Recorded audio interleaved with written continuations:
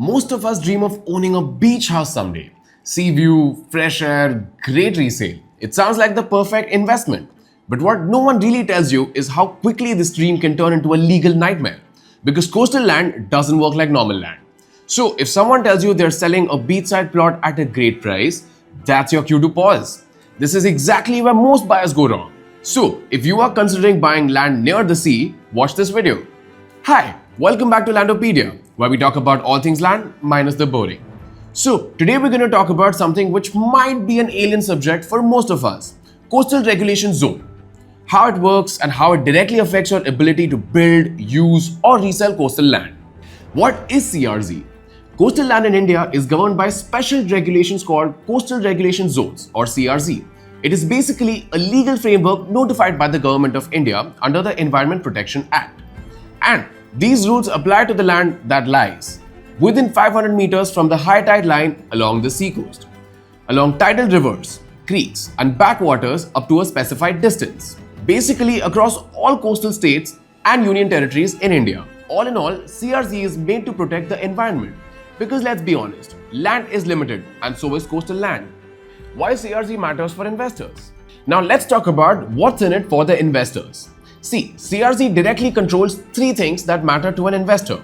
Whether construction is allowed, what type of construction is allowed, whether permissions are realistically achievable. And many investors assume that land ownership automatically gives construction rights. But this assumption is incorrect for CRZ land. You may legally own the land and still be legally restricted from building anything meaningful on it. CRZ classification.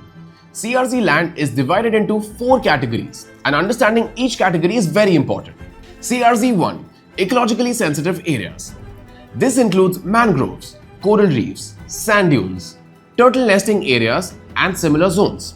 Construction here is almost entirely prohibited. Even boundary walls and fencing are often restricted. From an investment perspective, CRZ 1 should not be purchased unless you fully understand that development value is close to zero.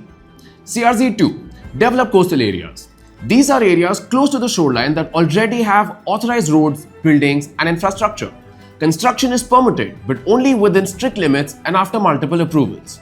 Most premium coastal properties that you see legally constructed fall under CRZ 2. This is the least risky CRZ category for investors, but also the most expensive. CRZ 3. Rural and undeveloped areas. This includes coastal villages and low density areas. Construction is allowed only beyond a specified distance from the sea, usually 200 meters from the high tide line. Many low coastal land deals fall under CRZ 3, which is why buyers get confused between ownership and usability. CRZ 4. Water areas.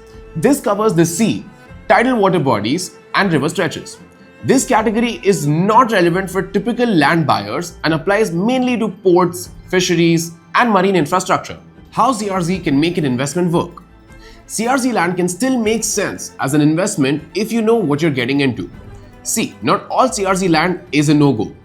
If the plot falls under CRZ 2 or certain permissible CRZ 3 zones, you already have more flexibility compared to other CRZ categories. Second, it really depends on what you plan to do with the land. If you intend to use it clearly allowed under CRZ rules, then the risk reduces a lot. Problems usually come up when people assume they can build freely without checking the guidelines. CRZ land also works better for people who are thinking long term. If you are buying for appreciation rather than immediate construction, the restrictions matter less over time. Most importantly, every permission should be verified in writing before you buy. Verbal assurances don't count here. When all these boxes are ticked, CRZ restrictions are usually already factored into the land price. So they don't automatically mean lower returns in many cases. They're just part of the deal. How CRZ can break an investment? CRZ becomes a problem when buyers assume approvals will come later and trust verbal promises from brokers. It also goes wrong when CRZ maps and official permissions aren't checked and when a bank loan gets rejected after the purchase. In such cases, the land becomes hard to resell, impossible to monetize, and CRZ violations can even lead to demolition notices and penalties years later. How to check CRZ status before buying? If you have done your research and are going to buy coastal land, here are certain things to keep in mind. You must obtain the official CRZ map for that district. Check the land's CRZ classification with the State Coastal Zone Management Authority. Verify existing permissions in writing. Consult a land lawyer familiar with CRZ regulations. Do not rely on Google Maps, seller claims, or nearby constructions as proof. In my opinion, CRZ does not make coastal land bad. It makes coastal land highly conditional. If your investment logic aligns with what CRZ allows, the land can perform well. If it does not, the investment fails regardless of location or price. Understanding CRZ is not optional. It is the foundation of coastal land investing. This is Sachin signing off from Landopedia. If you found this video useful, don't forget to like, share and subscribe. And the next one, we're uncovering the land versus commercial property versus residential property, which gives you the best benefit. Make sure to hit the bell icon and look forward to the future videos.